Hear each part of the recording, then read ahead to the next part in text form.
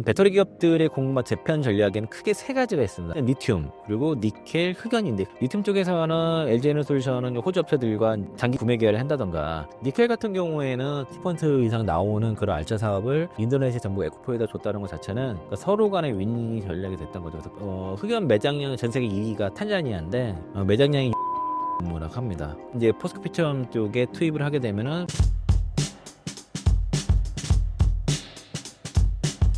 네, 안녕하세요. IM증권 이창환 이사입니다. 만나서 반갑습니다. K배터리, 탈중국 글로벌 공급망 재편 주도에 대해 설명해 주세요. 오늘이 10월 15일입니다. 수요일인데 오늘 그 2차전지 섹터가 3일 연속 반등이 나왔습니다. 반등이 급반등이 나왔어요. 어제 그저께 오늘 추가 아침에 좀 눌렸다가 오후에 이제 상승 반전을 하면서 3일 연속 반등이 나왔다고 하면은 10월 달부터 그 미국의 IRA법상의 그 전기차 세공제가 폐지가 되면서 7월부터 수요 전기차 쪽 수요 절벽에 좀 우려가 있는 상황이었고 그러다 보니까 이게 선반영돼서 9월 달에 이제 조정을 보였고 또 시애틀 리튬 광산은 다시 이제 가동이 될 것 같습니다. 허가를 받으면 다시 그 득한 걸로 보여지는데 한 11월 정도부터 가동될 것으로 보여져서 그러니까 그런 우려들이 9월 달에 선반영 됐다는 거죠. 감산 이슈 그리고 리튬 가격 반등 이런 이슈 때문에 반등을 했다가 방금 말씀드린 그런 이유 때문에 조정을 선조정 받았고 그리고 지금의 최근 분위기는 주도 섹터들 종목들이 예를 들면 주도 섹터는 반도체라든가 뭐 조선이라든가 아니면 원전 뭐 이런 쪽이었는데 요즘 오늘도 뭐 그런 종목들이 올라가게 했지만은 방산 쪽 아니면은 그 주도 섹터에 있었던 종목들에서 좀 차익 매물이 나오면서 틈새 종목들 특히 이제 그동안 소외됐던 종목들로 이제 수급이 이동하는 그런 흐름이 나타났었고 그런 수급이 들어오면서 2차전 섹터도 3일 연속 반등이 나타나면서 다시금 바닥을 찍었다 주가 바닥을 쳤다라고 좀 볼 수 있겠고요. 올라왔기 때문에 이제 바닥이 확인이 된 거죠. 왜 그렇게 주가 바닥에 나왔는지에 대해서 핵심적인 이제 포인트를 좀 잡아봤고요. 오늘 주제로 말씀드릴 그 K배터리 그 중국 그 탈중국 글로벌 공급망 재편을 주도한다라는 주제로 그 말씀 좀 드릴 예정입니다. 글로벌 그 전기차 판매와 그 전기차 배터리 사용량은 지금 누적으로 보면은 굉장히 여전히 성장세에 있습니다. 올해 1월부터 8월까지 SN 리서치 자료에 의하면은 8월까지의 배터리 그 전기차 배터리 출하량은 691.3GWh로 이제 34.9% 성장이 나타났는데 여기 보면은 그 글로벌 전기차 배터리 사용 그 기업 그 탑10이 있어요. 뭐 CATL 뭐 비아디 출하량 뭐 상당히 그 좋았고 뭐 비아디 같은 건 50% 넘었다고 하는데 그 엔솔이 13.3% 그리고 SK온이 20.3% 그리고 10대 탑10 중에서 삼성 SDM은 유일하게 마이너스 9.1로 역성장이 나타났습니다. 요거를 해석할 때 신문기사상에는 이렇게 많이 하죠. 글로벌 배터리 출하량은 33.9% 증가를 했는데 배터리 3사 점유율은 하락을 했다. 그러니까 마치 이제 합산 출하량이 떨어진 건 아닌데 자꾸 이제 그 점유율이 떨어졌다는 이런 얘기를 하고 있는 상황이고요. 그렇게 비교하면 안 되고 결국에는 뭐 중국 시장이 전체 시장의 뭐 3분의 2 정도 그걸 차지하고 있기 때문에 미국이라든가 이제 중국 외 시장보다는 아직까지는 중국 쪽의 연간으로는 더 이제 시장이 커서 그런 결과 나타난 거니까 이제 그렇게 비교하면 안 되겠고 다만 그 삼성 SDI를 뺀 SK온과 LG에너솔루션도 두 자릿수의 그 성장이 나타났다 이렇게 좀 보시는 게 맞을 것 같습니다. 그리고 비아디 같은 경우에는 판매량의 절반이 PHEV와 하이브리드이기 때문에 이걸 순수 전기차 배터리 양이라고 좀 보기는 어려워요. 절반 정도는 빠져야 된다라고 좀 그렇게 보시면 좋을 것 같고요. 현재 2차전지 섹터가 좀 조정을 받았던 이유가 될 수가 있는데 그 배터리 시장의 주요 이슈, 그 시장과 산업에 대한 이슈를 좀 정리를 해보면 다 조정 이유입니다. 그동안 좀 조정 이유가 핵심적이었던 게 이거 AMPC라든가 그 전기차 시장이 좀 불확실성이 있다는 거죠. LG에너솔루션을 비롯한 배터리 기업들의 실적이 효과가 좀 컸다는 거죠. 그래서 순수하게 AMPC 덕분에 실적 방어했지만 순수 영업이익이 안 나왔다는 거였는데 이제 그저께 LG에너솔루션 실적 발표하면서 어닝 서프라이즈가 나타나면서 그 뒤늦게 반영이 되는 것이고 그 전기차 세액 공제가 이제 9월 말로 종료가 되다 보니까 여기에 대한 우려가 특히 전기차 판매가 둔화가 본격화되는 게 아니냐. 그래서 9월 달까지 판매가 좋았던 것들은 선수요가 발생했다니 이런 우려가 있다 보니까 수급적으로 반영이 됐고 또 여전히 배터리는 북미 시장 중심으로 해서 좀 공급 광이라는 거죠. 그러니까 배터리 3사의 올해 생산 능력 증가 부분이 134GWh인데 출하량 증가는 50GW 수준에 그쳤기 때문에 여전히 이제 그 공급 광이고 그리고 그게 내년도에는 더 확대될 수 있다는 그 우려가 있는 상태입니다. 그래서 이게 이제 공급 과잉이 계속 진행이 되다 보면은 감가상각에 대한 비용 부담이 계속 가중될 거기 때문에 여기에 대한 우려도 지금 주가에 좀 반영이 됐다라고 볼 수 있겠고 그리고 또 시장에 문제가 됐던 게 이제 도자 공장 비자 문제가 발생했죠. 그 해결 마무리가 좀 것 같은데 비자 문제 해결 부분 그리고 그러면서 사업 정상화가 된다는 것들 장기화되는 게 아닌가 이런 우려가 있지만은 지금 조제 공장에 그 한국 떠났던 근로자들 복귀가 지금 이루어지고 있다고 합니다. 그래서 이 사태에서 마무리된 거로 보여지고요. LG에너솔루션 실적을 다시 한번 말씀을 드리겠지만 결과적으로 이러한 그 전기차 시장의 어려움을 ESS로 실적을 방어하는 그걸 돌파구로 좀 마련하고 있다라고 좀 볼 수 있겠고 특히 북미 전력망 수요가 급증하면서 거기에 들어가는 ESS 수요가 폭발적으로 늘어나기 때문에 지금 배터리 사람들과 빠르게 지금 캐파를 구축하고 있고 그게 LG에너솔루션이 빠르게 실적으로 나타나고 있어서 그 3분기죠. 3분기 어닝 서프라이즈로 이어졌고 그리고 그게 내년도 실적 추정치가 더 상향되는 그런 흐름이다라고 볼 수 있겠습니다. LG에너솔루션 3분기 실적을 보면은 그러니까 EMPC는 감소를 했습니다. 그러니까 전기차 판매가 좀 둔화가 됐기 때문인데 일단은 그 테슬라형 원통형 배터리는 판매가 그러니까 소형 배터리는 판매가 많이 됐어요. 그 소형 전지는 그게 다 원통형 배터리를 보시면 되겠고 그건 다 테슬라 향이라고 그렇게 보시면 됩니다. 대충 그래서 유진투자증권 추정치로는 982억 원 정도 영업이익이 원통형 배터리에서 나왔고 중대형 쪽에서는 보상금 반영으로 인해서 4,327억 그리고 ESS 쪽이 이제 3분기에 700억 정도 영업이익이 나온 것으로 보여져서 합산으로 6,013억 정도 나왔습니다. 그래서 컨센서스를 한 4천억 그 수준을 훨씬 뛰어넘는 어닝 서프라이즈가 나타났고요. 4분기도 한 4,200억대의 이제 영업이익을 기록을 할 것으로 예상되는데 지난해 4분기 적자였는데 흑자 전환 될 거다. 다만 이제 3분기보다는 영업이익이 좀 줄어들 거다 정도로 볼 수 있겠고요. 오늘 이제 제가 여기 기재는 안 했지만은 미래에셋증권 그 김철중 애널리스트가 LG에너솔루션의 내년도 ESS 실적 추정치를 52% 상향 조정했습니다. 그래서 시가총액의 가치도 40조 초반인가 41조인가 그 정도에서 52조까지 상향 조정을 해서 목표가 53만 원 리포트를 냈고요. 오늘 그 LG에너솔루션 같은 경우가 ESS 쪽에서의 실적이 그렇게 올라가게 되면은 내년도 영업이익의 51%가 ESS에 나온다. 라고 볼 수 있겠고요. 그 ESS 쪽에서는 그 전에도 미래에셋에서 제시한 게 영업이익률이 그 북미 쪽은 20%가 넘는 걸로 얘기를 하고 있고 삼성 SDI가 30% 이상을 얘기해서 마진율이 굉장히 높습니다. 매출 증가에 비해서 영업이익 증가율이 더 높은 것도 그런 이유다. 매출이 감소해도 ESS 쪽에서의 매출이 올라가면은 그 마진으로 해서 영업이익은 오히려 증가한다는 게 증명이 됐기 때문에 그래서 단순하게 시장 규모가 이제 ESS 시장이 전기차에 비해서 5분의 1 수준이라고 해서 커버하기 어렵다라고 이렇게 볼 수도 있겠지만은 마진율이 확실히 좋다. 그러면 이제 영업이익이 차지하는 비율이 점점점 내년 가면은 많이 올라간다라고 그렇게 이해하시면 좋을 것 같습니다. SK온과 삼성 SDI도 잠깐 살펴보고 넘어가면요. 온 같은 경우가 지금 좀 의견이 엇갈리고 있어요. 그러니까 이제 흑자 전망, 깜짝 흑자 전망도 있고 여전히 대규모 적자 전망도 있는데 일단은 흑자 전망을 그 긍정적으로 보는 쪽에서는 지금 조제 1, 2 공장, 특히 현대차 그룹에 들어가는 배터리가 풀가동되고 있거든요. 그래서 그 AMPC 수혜가 확대가 되면서 흑자 전환 가능성이 있다라고 얘기를 하고 있고 대략 한 200억에서 600억 정도의 흑자 전환을 예상을 하고 있습니다. 그러니까 AMPC 수혜가 크게 반영되면은 가능하다고 보는 거고요. 실제로 그 24년도 그 3분기에 영업이익 240억 기록하면서 깜짝 흑자가 낸 적이 한 번 있었어요. 그 이후로는 다시 또 이제 가동률 떨어지면서 적자가 나타났는데 안 좋게 보기에는 뭐 영업 적자 1,000억대, 1,000억 이상,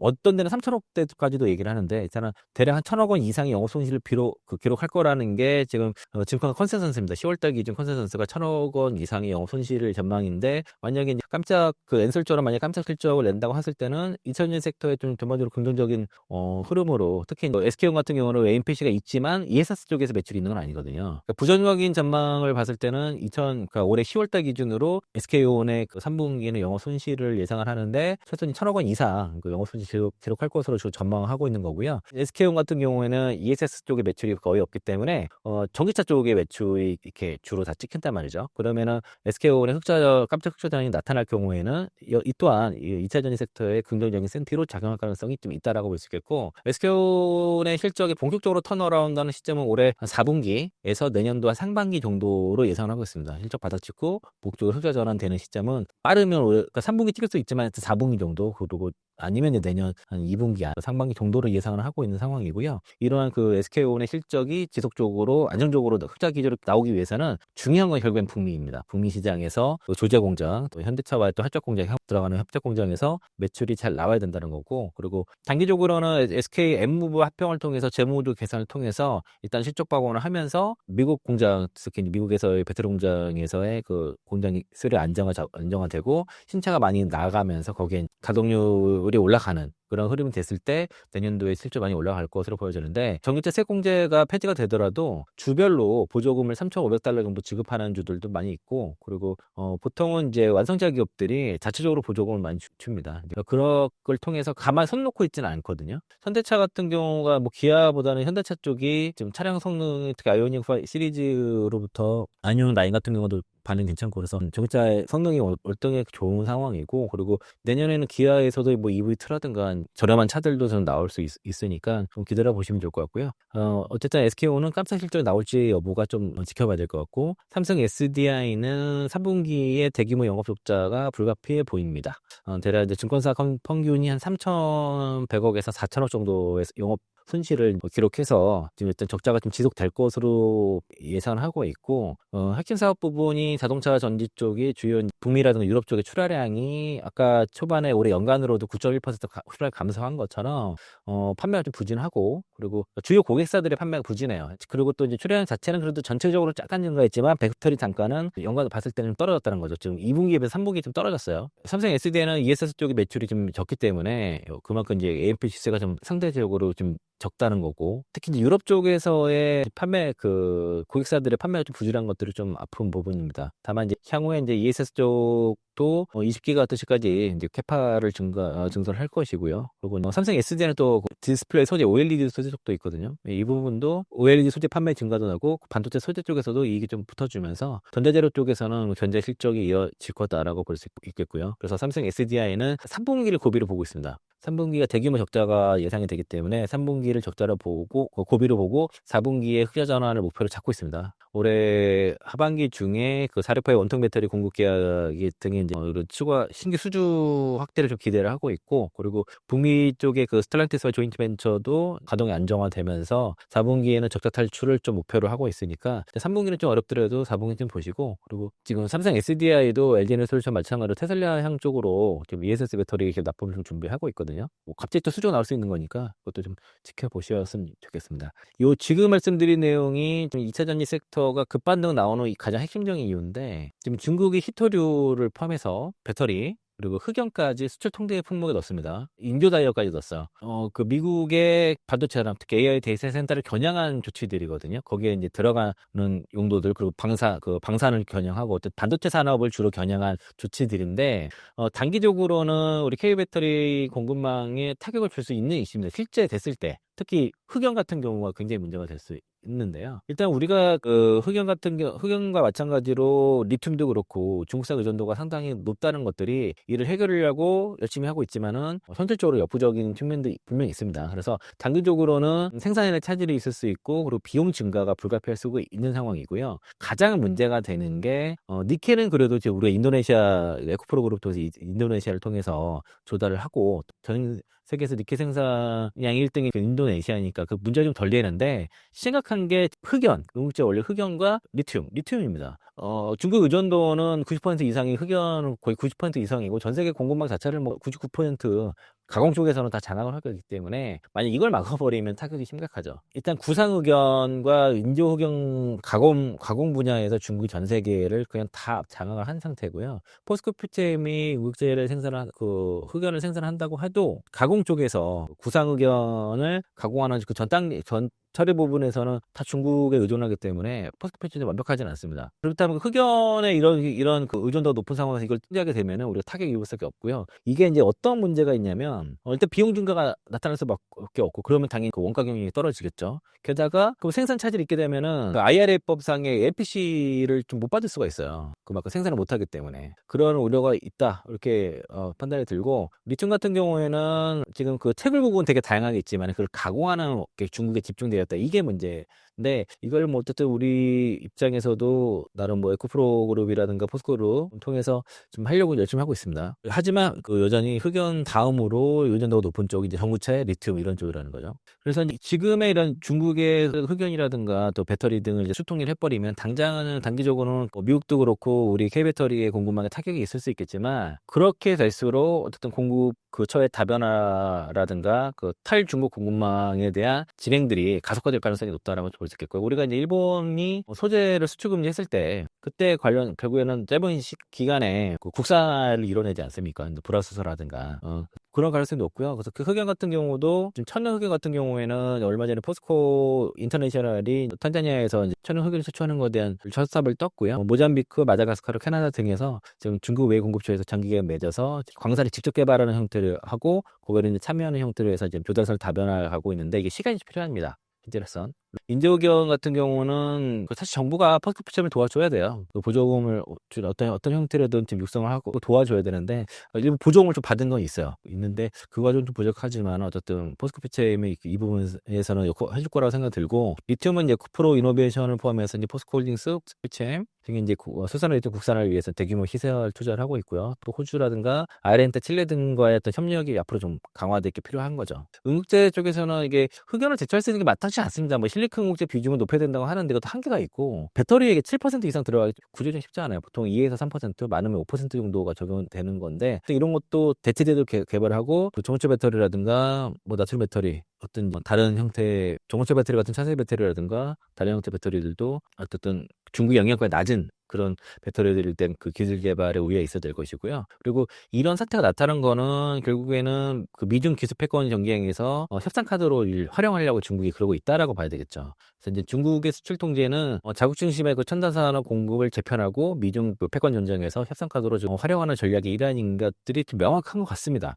K배터리 산업 입장에서는 단기적으로는 생산이라든가 생산 차질, 원가에 대한 리스크 있지만은 여기서 이 상황에서 정부가 기업들을 참 잘 도와주고 기업들이 정부의 도움을 받아서 선제적인 공급망을 잘 최대한 노력을 한다고 하면은 우리가 이제 그 중국 의존도를 낮추면서 산업의 더 안정적인 글로벌 공급망 구축하는 데 있어서 우리가 핵심적인 역할을 할 수밖에 없다라고 그렇게 보고 있습니다. 그런 기대감 때문에 2차전지 섹터가 급반등이 나타나고 생각고요. 그러니까 첫 번째 LG 솔루션, 어니 서프라이즈와 그리고 이런 공급망 이슈. 그래서 보면은 히토리 관련해서 관련 기업들이 뭐 고려 아이언부터 해서 히토리 관련 종목들이 급등을 했고 그리고 미국이 트럼프 대통령이 중국 그 수출 관세 뭐 100%를 더 하겠다라고 지금 했지 않습니까? 그렇게 되면은 배터리 쪽에서는 ESS 시장 쪽에서는 우리 반사세를 그대로 볼 수밖에 없고 쪽 특히 이제 미국의 생산 기지가 있는 그 전액 기업들이라든가 아니면 북미 쪽이라든가 다른 쪽 양극재 기업들도 소재 업체들도 반사액을 볼 수밖에 없어요. 그 대상이 아니더라도 수가 될 수밖에 없다는 것이고요.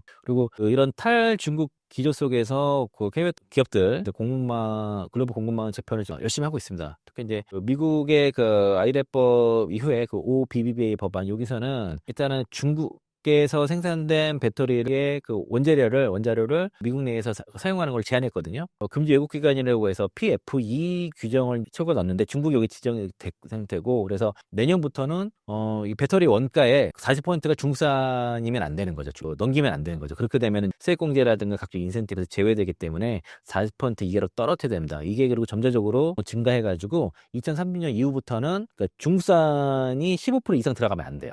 근데 15%가 흑연을 넣게 되면은 요 안에 들어갑니다. 흑연의 원가 비중은 15%가 안 되지만 이게 중국 의존도가 워낙 높기 때문에 어쩔 수 없죠. 근데 만약 흑연이 공을 못 받으면은 배터리 자체를 못 만들어 버리니까 우리가 AMPC 쪽에서 타격을 입을 수밖에 없는 거예요. 다만 이제 그를 통해서 그건 단기적인 이슈지만 그럴수록 EU라든가 미국의 지금 핵심 광물 그 관련해서 동맹을 맺으려는 고려하고 있는 것처럼 핵심 광물 동맹의 그 프로젝트 일환으로 포스코 인터내셔널이 탄자니아에서 천연 흑연을 개발하는 거거든요. 그래서 이제 그런 움직임이 빠르게 일어날 거는 것이고 그리고 중국산 흑연 같은 경우는 이미 반덤핑 관세가 부과가 됐어요. 93.5% 반덤핑 관세가 이제 예비 결정이 내린 상태라서 앞으로 10개 중국 기업에 부과가 될 것이고 사실 이들 기업이 흑연 점유율 90%가 없습니다. 어쨌든 이게 관세가 받았기 때문에 그래서 포스코 피처엠이 테슬라향으로 추정되는 거의 테슬라가 맞을 것 같아요. 6,710억짜리 이제 응급대 수주가 나왔고요. 2037년 9월 30일까지 공식 유보로 기한이 설정됐기 때문에 그러면은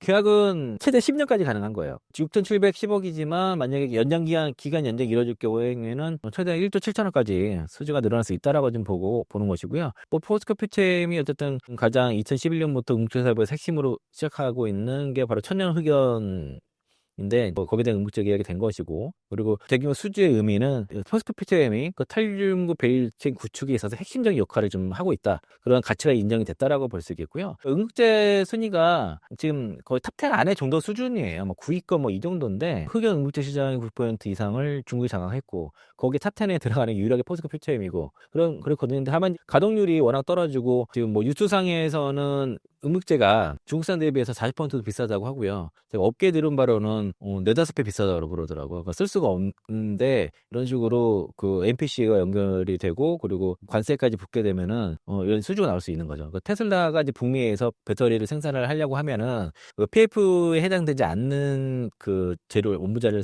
그 소재를 써야 되는데 포스코 PT는 그래서 NPC 때문에 아마 테슬라가 주문한 게 아닌가라고 판단을 하고 있고요. 어차피 이게 장기로 한 이유도 그래서 있는 거죠. 왜냐면 아까 말씀드린 것처럼 2003년 이후부터는 중국산 재료를 15% 원가의 15% 이하로 써야 되니까 이렇게 장기 계약을 한 거고 아마 향후에 추가 계약에도 될 가능성이 높다라고 볼 수 있겠습니다. 그래서 포스코 PTM도 테슬라 밸류체에 들어간다 앞으로 그렇게 보시는 게 맞을 것 같고요.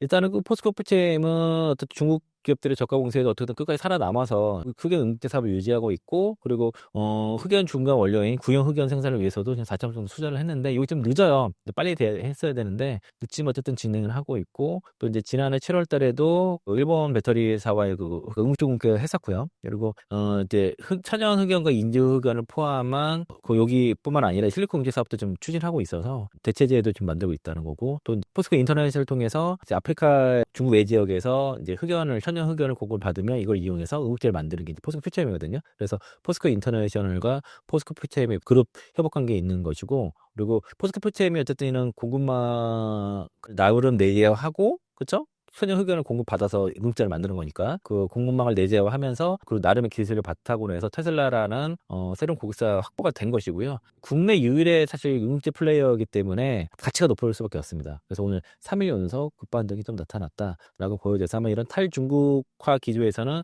포스코 PTM 역할이 굉장히 중요하다. 특히 흑연 쪽에서의 유일한 플레이어이기 때문에 그런 거고요. 앞으로 다시 돌아가면은 그래서 이제 배터리 기업들의 공급망 재편 전략에는 크게 세 가지가 있습니다. 핵심적인 광물 중에 여러 가지가 있지만 뭐 전구체도 중요하지만은 중요한 일단 리튬 그리고 니켈, 흑연인데 흑연이 제일 중요합니다. 리튬 쪽에서는 LG에너솔루션은 호주 업체들과 이제 장기 구매 계약을 한다던가 이제 에코프로 그룹들도 그 호주 아이오니어 등을 통해서 다 호주 업체들과 주로 많이 협업을 많이 합니다. 또 포스코 그룹은 아르헨티나에서 리튬을 생산을 하고 있고 그리고 공급망을 중국 외 지역에서 다양하게 하고 있는 상황이고요. 니켈 같은 경우에는 그 인도네시아에서 에코프로가 그 니켈 원료 확보를 나서고 있죠. 그러니까 영업이익률이 10% 이상 나오는 그런 알짜 사업을 인도네시아 정부 에코프로에다 줬다는 것 자체는 전 세계에서 하이니켈 특히 니켈이 많이 포함된 90% 이상의 한편의 양극재를 판매를 가장 잘할 수 있는 거가 에코프로 그룹인 거고요. 에코프로 BM인 거고 그리고 그 가장 많이 팔 수 있는 게 에코프로 BM이기 때문에 그러니까 서로 간의 윈윈 전략이 됐던 거죠. 그래서 그 사람, 그 삼원기 배터리 시장을 키워주고 밀어주고 원가 경쟁이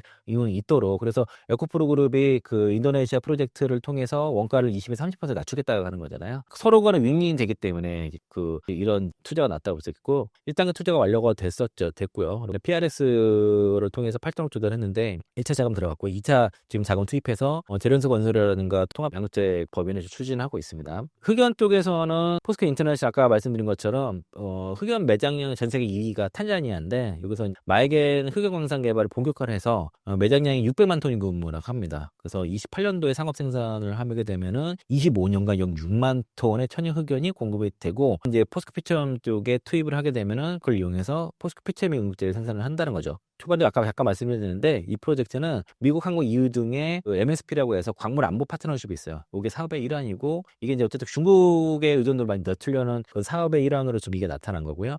포스코 PTM 같은 경우는 인조 흑연 응급제는 국내 포스코 제철조에서 나오는 코커스를 통해서 만들고 천연 응급제는 아까 그 포스코 인터넷처럼 그 아프리카 쪽에서 받아가지고 흑연 원가를 확보하고 그리고 구형 흑연을 국내 생산을 해서 이제 내재를 하고 있고요. 배터리 3사라든가 다른 기업들도 지금 계속 흑연 업체들, 중개 업체들 지금 찾아가지고 이제 공급 계약 맺고 있습니다. 그리고 비슷한 측면에서 LG에너솔루션 얘기 좀 더 해야 되는데 LG에너솔루션이 이제 르노와 이제 협력을 통해서 유럽 쪽에서 파우치형 LFP 배터리를 이제 생산을 하거든요. 그러면 이제 거기에 르노의 전기차에 파우치형 LFP 배터리가 들어가게 되는데, 이게 이제 단순한 공급 계약으로 보기보다 좀 더 의미를 따지면은, 그러니까 중국에 장악한 LFP 시장 같은 판도를 바꿀 수 있는 전략적 의미가 좀 크다라고 볼 수 있겠고요. 탈중국 LFP 공급만 선점하라는 LG에너지솔루션 의지가 담긴 그런 계약이다라고 이렇게 봐야 되겠고, 가장 핵심적인 의미는 이게 LFP 배터리가 다 대부분 각형이잖아요. 중국산 각형인데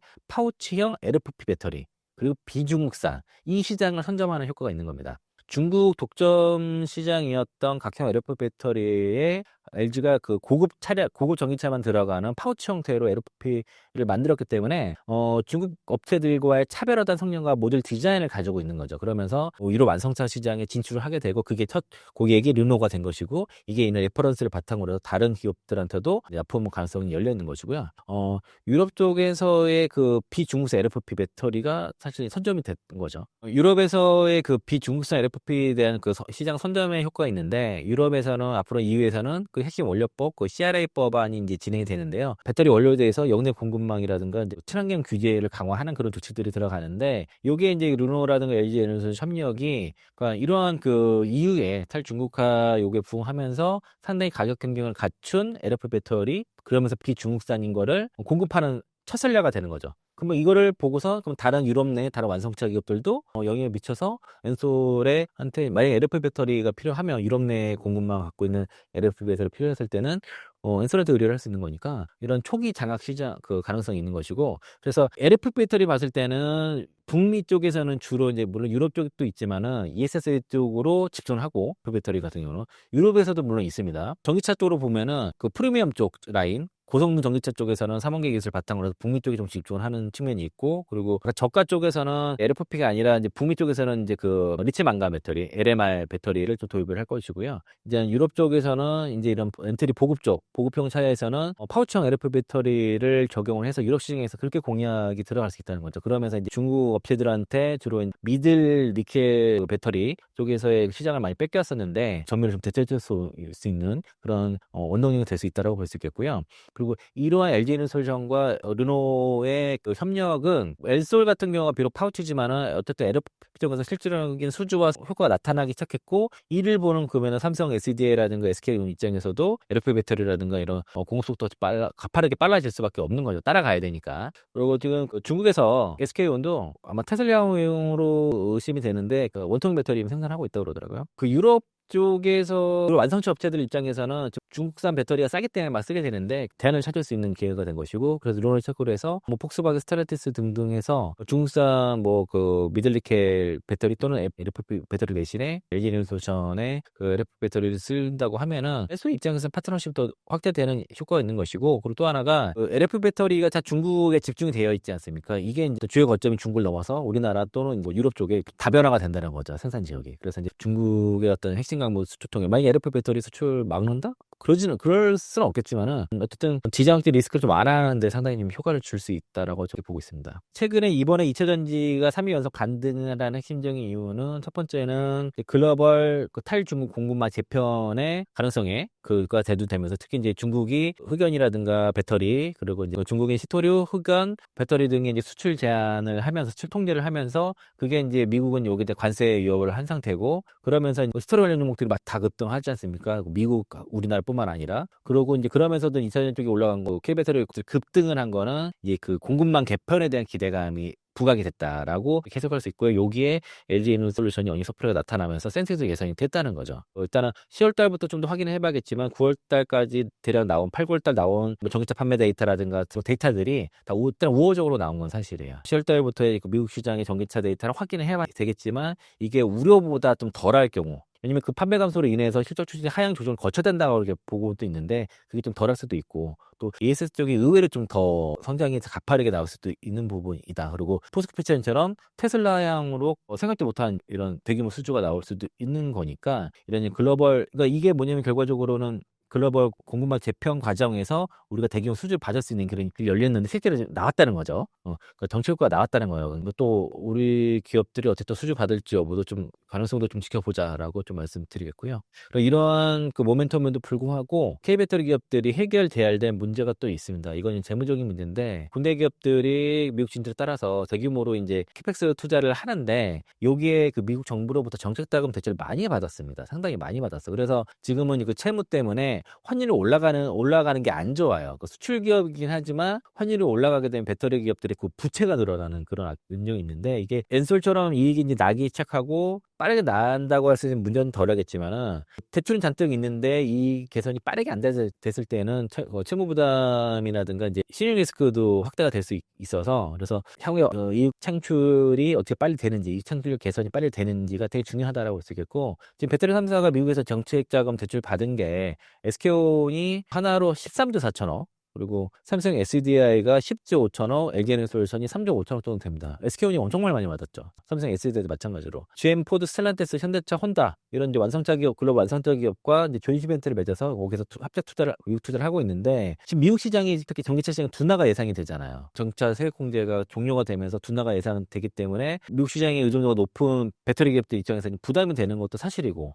그리고 그로 인해서 채무 부담이 좀 높은 상태에서 가동률이 생각보다 전기차 쪽에 안 따라주고 있는 상태니까 채무 부담도 올라가면서 시형 리스크로도 확대가 우려가 된다는 건데 그래서 이게 결과적으로는 이런 것 때문에 자금 조달도 제한이 있단 말이야. 그래서 PRS 같은 것도 그래서 나오는 거고 그래서 외부 조달을 그래서 이제 뭐 삼성 SDI가 유상증자 같은 1조 6,500억인가 했죠. 원래 덜려다가 좀 주가 떨어져서 덜한 거고 그리고 SK와 SK이노베이션 같은 경우도 유상증자라는 그 영무처 발행들을 통해서 좀 자금 조달을 하고 뭐 PRS로도 하고 뭐 등등 하는데 부채가 많다 보니까 자금 조달 형태도 부채를 부담 안 넣는 쪽으로 이렇게 갈 수밖에 없는 거예요. 제한이 있어요. 많다 보니까. 그래서 이거를 빠르게 이익을 창출 통해서 부채를 빠르게 감소를 하는 것들이 앞으로 좀 개선이 될 땐 급선무다라고 볼 수 있겠습니다. 그래서 2000년 이번에 진짜 바닥이지 않을까라는 좀 기대감이 좀 생겨요. 그동안 이제 바닥인 것 같은데 올라가면 또 꼬꾸라지고 또 바닥인 것 같은데 올라가면 꼬꾸라지고 그러는데 이번에 좀 주가 바닥이 좀 여러 가지 악조건에 비해서 이렇게 올라온 거기 때문에